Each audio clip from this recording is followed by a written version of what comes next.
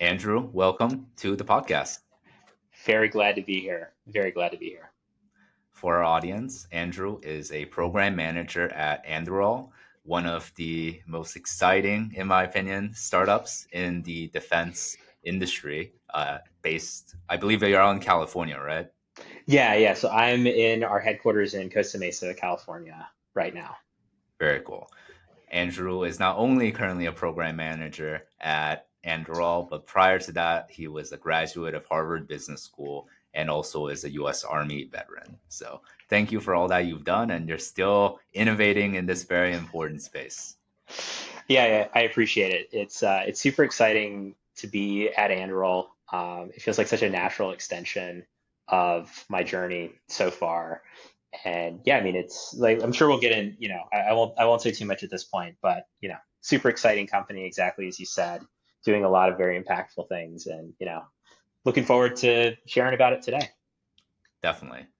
Okay, so diving right in, the point of all these companies, Anduril, or whether it's more of an established player in like Lockheed or Northrop Grumman in the defense industry, is they support the U.S. military and its allies predominantly in the development of technologies and assets to achieve our military's objectives.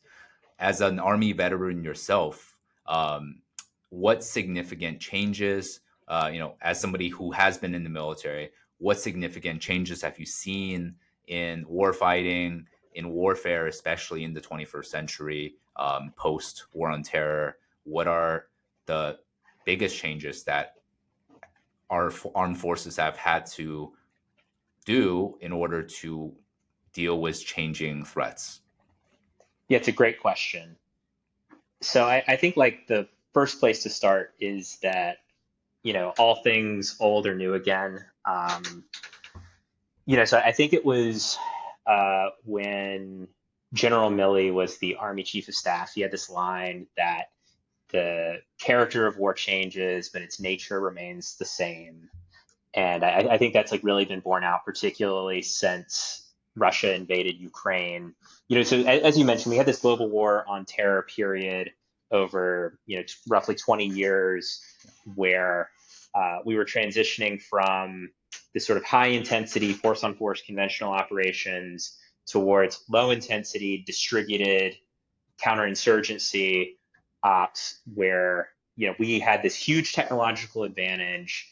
The systems we were procuring were very oriented around exquisite capabilities, precision, because that was what was most efficient in that mission set. We didn't have to worry about a contested electromagnetic domain. The enemy did not have their own fires assets or air force. All of that. So, on one hand, we have sort of the return to large force on force concerns. And then concurrently, you have this emergence of, or I shouldn't even say emergence, because a lot of this technology has been around for a while in different forms, but increasingly capable autonomous systems that are, able to bring greater and greater levels of performance at a lower and lower price point. Mm-hmm. That's been probably the most significant change that we have seen in Ukraine. And, to kind of think about that from a, what does this mean about the character of warfare moving forward?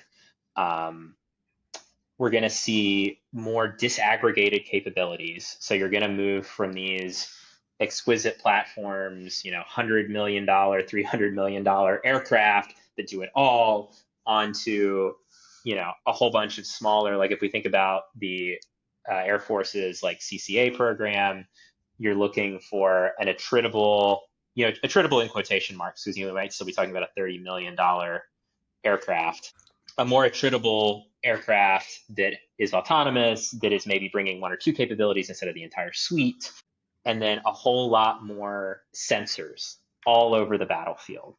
We had this phrase, every soldier a sensor. That's very true. And soon it's going to be every robot a sensor, and there's going to be tons and tons of robots everywhere. And that's, part of the, not to like get into the Anduril stuff too soon, but that's like also a big part of like what Anduril is trying to solve for, is how do you get this attritable mass these disaggregated capabilities at a more compelling price point. And then kind of one last thing I want to say on that front is we're also seeing the resurgence of the importance of fire support, fire's assets. We've heard about HIMARS and the insatiable hunger of both the Ukrainian and Russian armies for 155 millimeter artillery shells, and I should say 152 millimeter in the case of the Russians. Very slight difference in projectile. Because like during the global war on terror, we were like high precision aircraft. So, to maybe like tie all this stuff together, where 21st century warfare is evolving towards is the defense is stronger, which is coming about because networks of distributed sensors are better able to identify and then coordinate fire onto enemy positions. Mhm. Robots are going to be increasingly important as the cost per capability comes down. And so, the US and our allies need to prepare for this reality of human machine integration. And I'll leave like the broader questions about like how does the US deal with a future where the defense is the dominant form of war for now. But that's, I think, like a really big question that also has come about during the Ukraine war. Yeah. And, diving a little bit deep into what you said, we've seen in the war on terror the use of drone operators, for example, as the most common way of striking an enemy target, especially at a relatively low cost, would you say? One drone, or a Raptor, right? Yeah, Traditionally for missions. But now we have, as you've mentioned, these new emerging technologies, AI, autonomous systems. Um, how do you believe those systems, the integration of AI, autonomous systems, are in like our capabilities in like modern defense strategies? Because you're saying defense is becoming increasingly stronger, and therefore would be harder for the offensive side, especially, to make a meaningful difference into penetrating that defense. for sure. So I guess first note is, the types of drone systems you were using in the global war on terror were shockingly manpower intensive.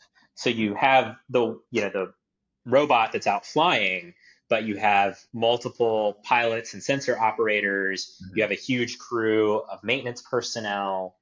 So it's kind of an open question, like how much money we really ended up saving with that approach, but it was a very appropriate capability because it brought a very long loiter time. So when you're trying to do these like intelligence collection operations in a permissive environment, I think it was like very, very well suited for that. So then when we think about the types of drones that we're moving to now, they're much smaller, much less capable. You have these first person view drones that you've probably seen in Ukraine that has a human pilot. So, we're looking at far, far more drones, hundreds of drones in a brigade, for instance. And then you think about like the drone turnover that they've had where the Ukrainians say we want to build 1 million drones this year. It's just insane numbers compared to the types of production figures we were looking at historically for robotic systems. And I think like another interesting point around this that we're seeing in Ukraine is that robots don't really take people off the battlefield. They just change their distribution on the battlefield. And so what I mean by that is, you still have to have pilots flying the FPV drones for now. All of these robots need maintenance. So, you just have more and more people that instead of being 300 meters from the enemy in a fighting position are a kilometer from the enemy in a bunker operating a robot. And so, how this is going to, whether the current dominance of the defensive is going to be a durable feature moving forward has a lot to do with how quickly counter drone technology advances. So I think like at the current moment, the like drones are ahead of counter drone tech by and large. Mhm. The FPV drones are $500. the systems to defeat them can be cost competitive if it's a guy with a shotgun, but that's not necessarily the best option. So then as soon as you start talking about like radar and sensor fusion, suddenly the price point starts to climb. So if we're able to move to a future where counter UAS capabilities are Mhm. as pervasive as the UAS themselves, then maybe we can start to see the reemergence of the offensive as the more powerful form of war. Um, but for right now, that's kind of an open question. But this is also a tale as old as time, right? Like offensive technology improves, defensive technology improves.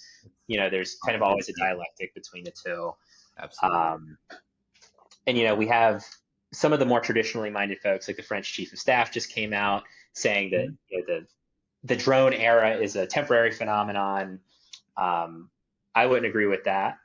Right. Like, drones haven't displaced any traditional capabilities in Ukraine. They still want artillery and tanks, the whole panoply. But Right. what they have done is added a whole new dimension to the conflict. And I think like that is maybe a more conservative assumption to make coming out of Ukraine, that robots are going to be a very important part of future force composition, particularly less expensive robots that we can deploy in mass, and robots that are easier to use too, Right. so that we can push them down to all the way to like the lowest echelon to provide reconnaissance and strike capability. It wouldn't need to be like a remote drone operator, specialized, trained for several months, if not a year, to sit in an Arizona bunker, right? So Exactly. a lot less, yeah, intensity. So I want us to dive very shortly into, of course, Anduril, your company that you're a part of, but to set the basis and the context, leading up to Anduril's formation, the defense industry has been, of course, in existence for centuries, but obviously in the last few decades, through the war on terrorists, um, the U.S. military spends hundreds of billions of dollars every single year on defense contracts, defense needs, and of course, the incumbents who supply those needs are the five primes, as commonly known, the top defense contractors: Lockheed, Boeing, General Dynamics, Raytheon, and Northrop. They've been established players for centuries. Sorry, for decades. Um, It might feel that way sometimes. it might be. It might be. We'll see what happens. But these are the big five players, and they've done so much. What kind of why do you feel there's been these five players where the defense industry just hasn't changed all that much, especially more recently, and now you have, of course, Anduril coming in with a lot of innovations. But why do you feel that there hasn't been a much dynamism within the industry itself? Yeah, there's a few different angles to that. So, we have to look back to the transition from the Cold War into the peace dividend in the 90s. And so, I think at the end of the Cold War, there was, like 50 to 100-ish, like fairly large defense contractors. And so Hmm. you would have a number of firms competing within each niche.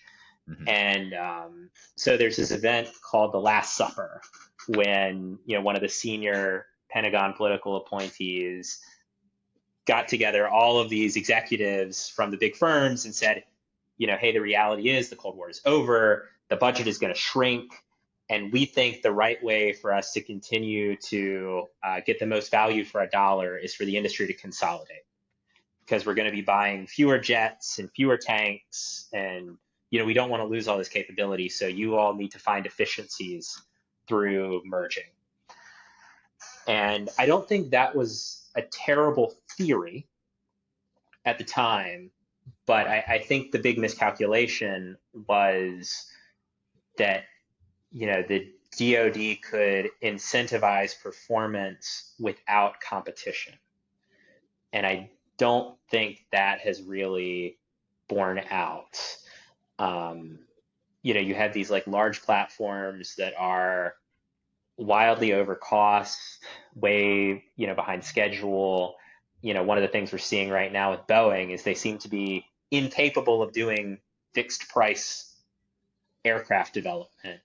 And so this also gets into the contract structures that the DoD has chosen. So there's substantial barriers to entry around compliance, and then there's a preference for truly large contracts. You see things called cost plus or cost type contracts, where the performer reports to the government, all of their costs, every month or whatever the period is. The government refunds 80% of them, and then they pay out the remainder to the contractor at the end, plus their profit margin, which is usually somewhere between like 7 to 10%. So when you think about how dynamic, particularly the world of software has become, that's a tough business to say you want to go into, where the government tells you what your labor rates are. They say you have to fully divulge all of your costs to us. There's not a whole lot of incentive to leverage pre-existing IP under these types of contracts. But like all of that is also an opportunity. Because around 2015, when Ash Carter was a SecDef, there was kind of this recognition that the future of warfare was going to be very software defined. The commercial sector was spending far more on R&D than the DoD, and they were also getting, and I think this is a very important distinction, a lot more value out of those R&D dollars because they were constantly subjected to the discipline of the market. If you were burning money on R&D projects that didn't solve a user need, you were going to go out of business, unless you were Google, in which case you were printing money and Yeah, you could do whatever you wanted. exactly. So, I think there was, to kind of wrap all that up, this phase of consolidation, a lot of companies with very strong hardware lineage that were not ready for the era of software. And so, the DoD about 9 years ago decided that we needed to start doing more business on a commercial basis with more non-traditional performers. And so I think that's kind of where we're at right now, is trying to reintroduce competition, get more software first firms into the industry and growing. So I think it's an exciting time. So we'll see how it goes. Absolutely. Well, that brings us to exactly why you're here. Anduril Industries' role in the defense sector. Why did you yourself choose? Tell us a little bit, one, about Anduril, and then two, what really motivated you to join Anduril Industries after your military career and your time at HBS. For sure. So Anduril, we're a software-defined, hardware-enabled defense product company, which is like a whole lot of buzzwords. But to try to break that down, software-defined, software is at the center of everything we do. It's far easier to iterate and improve and deliver new capabilities via software rather than via hardware improvements. Hardware-enabled, we found that, we love to partner with other companies, but in order to, be as impactful as we want to be in the industry, we have to deliver the hardware that is prepared to receive our software. And then a product company, we think one of the big areas that we can add value is, leveraging our intellectual property across different products and problem sets. I think there's this tendency in the DoD for every program office to think that they're like a very special flower that has unique needs. And there certainly are unique challenges in each domain. And I don't want to flatten out those distinctions, but there are a lot of common challenges across customers. And we're able to deliver more capability at a more compelling price point when we're able to say, to customer X, hey, we just did this project over here for customer Y. We think it's really valuable to you. You are already paying for this product, so we are just going to insert, this new capability, and we're not going to nickel and dime you, which is kind of the downside of this like cost plus model that I was talking about earlier. Mm-hmm. When you're fighting for margin, and the only way that more dollars are added to the bottom line is by charging more up top. The incentive is to go to that customer and say, hey, we just did this thing for customer Y. It's not quite right for you, but if you pay us a lot of money, we will redo it so that it's exactly right for you. Whereas what Anduril will say is, hey, you're already paying us for this capability, um, you know, however much a year. Like, as part of that, we're just going to give you the best version of that we can at all times. So that's I think the product company vision. And so why did I join Anduril? So I've been in the quote unquote defense innovation space for a while now. Like I went to my first Defense Entrepreneurs Forum conference in 2018. So not like quite at the very beginning, but I'd say fairly early. And that was because, like a lot of military officers, I was frustrated by the user experience that the software provided. I felt like the equipment was not particularly well designed in many instances. And I like there was this hunger for change and better ways of doing things. And so I got out of the Army in 2019. I went to work for the National Security Innovation Network as a program manager. I got to see the defense innovation kind of ecosystem from the government side. And, that was a very fulfilling experience, but I realized that there was a lot more scope to contribute from the private sector.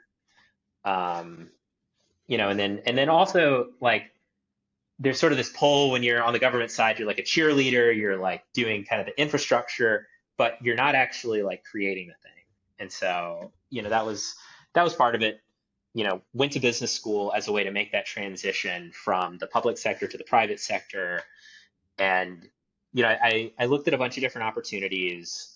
I interviewed with seed stage defense tech companies. Anduril was the only big company that I looked at. And, that was the reason that I ultimately went with Anduril is that I realized there's kind of like a trade-off when you're looking at a big company in defense versus a small company in defense tech. In a small company, you can have a lot of influence over the company itself. If you're the 15th employee and you're the hotshot MBA chief of staff, like you're going to have a lot. You can really shape like what that organization becomes. But that organization is probably years away from delivering anything to a customer. Whereas if you come to a bigger firm like Anduril, there's probably a lot of like small defense tech companies that will take umbrage with that statement. But that's just the way I see it. If you come to a company like Anduril, where things are a little bit more mature, it's a platform that is supporting a number of different product lines. Your ability to have impact on customers is a lot more dramatic. So in some ways, that was the trade-off in my mind. Was like, do I care more about having an impact on the organization that I join, or do I care more about like having an impact on the customer that we're serving? Because the tech's a little bit more mature, we have a lot more access. And I just want to say, like, in the case of like not having impact on the organization, that's a little unfair to Anduril. It's just like more than 3,000 people. It's just a very different thing when you're on one business line in a 3,000 person organization versus an organization of 20 people. Yeah, of course. And I'd also say like the culture here, we've managed to really like land in a great spot in terms of fast moving, highly talented technical folks that otherwise might be working at Meta or Google, who instead are just very mission driven and want to be here. They want to work hard. So it's fast paced. It's close to the mission. And like also candidly, got to be an MBA, got to do your expected value calculation. I have a lot of confidence in the future of the business, and I like getting RSUs that are worth something. Absolutely. Can you share a little bit about, you're obviously very passionate. You see the future with this company and its actual impact on the US, on society. Are you able to highlight some of the innovations that Anduril is currently pursuing or doing that's in the public space, that's innovating in the defense sector? Sure. I'll talk about like a couple things I think are really exciting. Um, so like very high profile is the Ghost Shark program that we have with the Royal Australian Navy. We delivered this very large, uncrewed underwater vehicle, a year ahead of schedule, on cost. Um, that is, and to put a personal spin on it, I was at an industry event, and I ran into an acquaintance from a large prime, which shall go unnamed, and we were talking about the Ghost Shark program, this announcement, and he said, uh, you can't do that. You can't let the government know that that type of performance is possible. And I think he was half joking, but like even half joking, like that's something no one at Anduril would ever say. you know, Yeah. so it's just kind of the cultural distinction. Um, I also think our Altius, family of loitering munitions is super exciting. Um, we there was just an announcement we're selling them to Taiwan, which is great. Because like big part of our founding story is we saw the rise of robotics and attritable mass, and how do we position the U.S. to counter our geopolitical rivals, adversaries. So like that is Anduril technology that will soon be doing exactly the thing that we set out to do, which I think is really awesome. Um, and then oh, I just got a little echo, but anyway.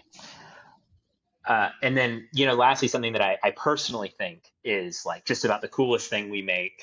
That is maybe not as flashy as a submarine or a loitering munition, is this sensor called Wisp, um, which works kind of like a passive radar. So it's got a spinning head. It takes this like ultra high resolution imagery and then does computer vision on this like hemispherical picture, and you're able to spot UAVs, you know, multiple kilometers away. Aircraft even farther than that. I'm not sure exactly how many of the specs are public, but um, I think that's just like an incredibly cool sensor that one thing that I didn't touch on earlier when I was talking about changing technology in the future of war is, emitting, whether it's, radar or radios, whatever, having an electromagnetic signature is going to be pretty risky for, future assets that are close to the enemy. So having a passive capability like Wisp, I think is really, really significant.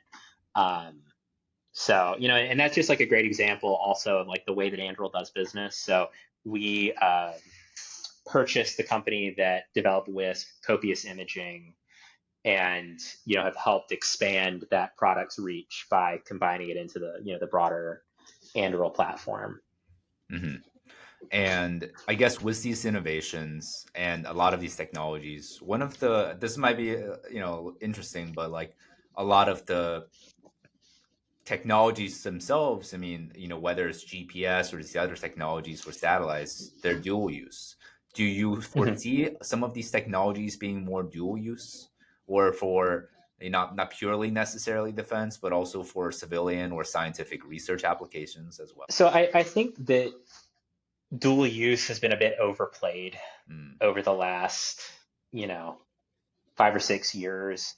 I think on the like it has very much been in the interest both of the Department of Defense and investors to talk about dual use, because it seems to de-risk the proposition of creating new technology in this space.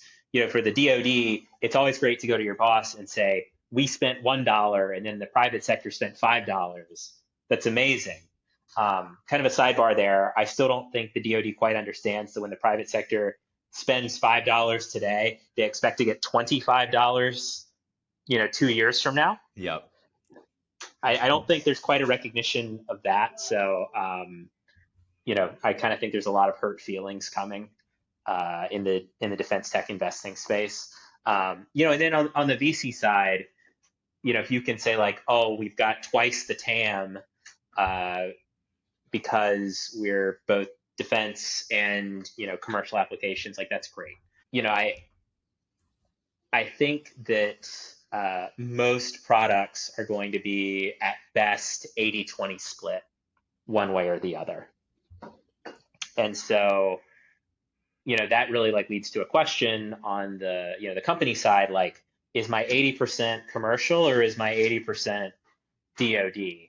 Because wherever that 80% is like probably where you need to go first. But plenty of Anduril products are dual use. So for instance, the Roadrunner, which is a reusable UAV that's jet powered.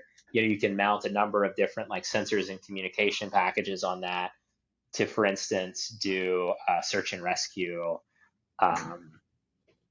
So I mean, there are like certainly dual use applications, but I think that's mostly a mirage, and that most folks are going to probably end up firmly in one camp or another. Makes sense. So Anduril has made some waves, especially its founder Lucky Palmer. Palmer Lucky, wants to really, create a company that really does improve the efficiencies of the DoD, of taxpayer spent dollars. And it's become known as this innovator, especially within the drone and the autonomous system space. I know you mentioned this a little bit earlier as well, but there's this goal of having low cost drone swarms as an Mhm. effective, of course, defense technology weapon system that we can utilize. What does that really entail, though? Like, what is that infrastructure needed or set up to enable such a drone swarm? Yeah, so here's another place where I'll say like I think swarming is the most talked about, least delivered upon concept Other than in in movies? defense. Yeah. Yeah. Um, so there's this like question around where is the decision making happening for the drone swarm? Is it because like coordinating, whether it's a dozen vehicles or 100 vehicles, whatever it is like quite a challenging technical problem. Like they need to have awareness of where they themselves are, where the other vehicles are. There needs to be some layer doing coordination. I think like a lot of where Anduril's like Lattice software product lives is that coordination layer of saying we have all these different assets, we have all of these different potential targets. How do we coordinate? Our the kind of abstract language you use is like sensors and effectors. How do we position our sensors and effectors to best complete whatever our particular mission is? But yeah, so there's super challenging communication problems, challenging coordination problems, localization problems. Um, I think that like you even get into like sort of cost questions around like, well, how expensive is the swarm? Because your $500 first person view drones are not going to have enough compute on board to do, at least right now, complicated autonomous behaviors. So there's all of these sort of like cost capability trade-offs. Want to have a ground control station that's coordinating all the swarming, then you're very vulnerable to jamming.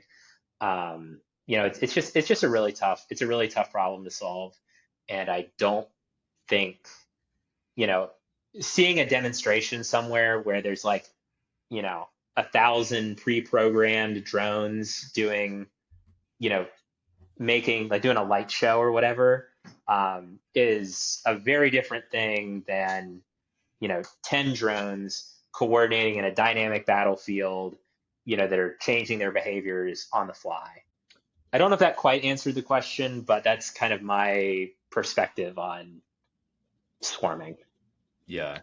I guess like we've seen drones independently being used, of course, in Ukraine to great effectiveness, but not quite the level of sophistication to be able to like they're attacking individual units or they're attacking individual tanks that are very effective, but we don't certainly have the technology for anything larger offensively wise.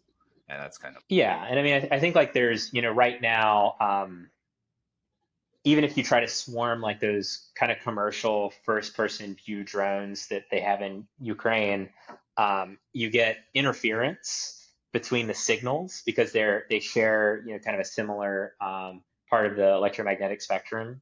So you'll have like Ukrainian drone pilots, if they're too close to Russian drones, you can get interference on the video feeds. Um, so even doing, kind of an analog swarm with a bunch of human pilots is very challenging mm, right now. that's definitely very interesting. Um, what specifically was Anduril's? You mentioned a few products. What are some of how do you foresee some of these innovations really revolutionizing defense and warfighting? So I think it goes back to, what I was talking about earlier around the proliferation of robots, the proliferation of sensors, bringing lower cost capabilities, on these like disaggregated robots. So I think like there's this line that Palmer said that they want to turn U.S. service members into invincible technomancers. Yeah, It's a pretty good line, it's a good and I think quote. that's like still very much the vision. Mhm. You want software that enables the end user to fairly intuitively coordinate the action of a number of different robots. Mhm. We want to move people out of contact with the enemy and put robots into contact with the enemy, because we ultimately want to save US lives. We want to help our military complete its objectives. Um, and then I think we're coming at it across, every different domain. I'm on the land systems team. We're very focused around like unmanned ground vehicles. We've got plenty of folks that are doing, whether it's Ghost or Roadrunner, or Anvil. We've got plenty of folks working on flying robots. We've got the dive, um, doing the unmanned underwater vehicles. So yeah, I mean, we see a future where humans and machines are integrated at every echelon across every service, and we want Anduril to be delivering those capabilities, tying it all together with our software. Mhm. Um, and hopefully we deliver the superior user experience that leads to greater capability, and you know uh, we become the 21st century prime.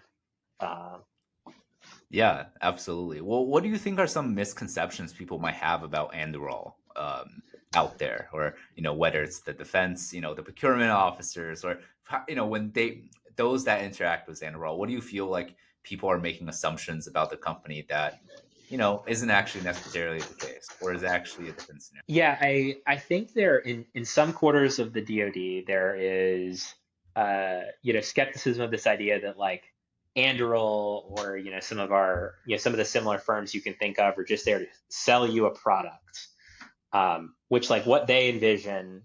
And I kind of think they are trapped in the prime's mind maze on this, Hmm. is that like they have to have something that was built bespoke for them, and that's the only way to solve their problem. They don't realize that a product, like even something like Salesforce, if a big enterprise like customer buys Salesforce, they don't just like get Salesforce. They get Salesforce tailored to their use case, with dedicated support staff, but they're also getting to benefit from all of the other customers that buy from Salesforce. So I think that's one misconception that we sometimes run into. Um, I think we also there's like some skepticism that companies outside the primes can really like do manufacturing. Um, I feel like that's a bit of a chicken and an egg kind of situation, because if the DoD only ever wants primes to do manufacturing, primes will be the only ones who can ever do it. Exactly. Um, yeah, it's I think like maybe outside of the DoD, sometimes people think that like Anduril is like a very political company or something because it's in defense. That has not been my experience. Like, folks have a lot of different opinions inside the company, but we're all united by our devotion to the national security mission. Serving our users. Yeah, I mean, I think it's we're kind of chipping away at all of the misconceptions about Silicon Valley firms or, fly by night tech companies or whatever thing that, people said when, Anduril was started 7 years ago. Right. It's still a very young company.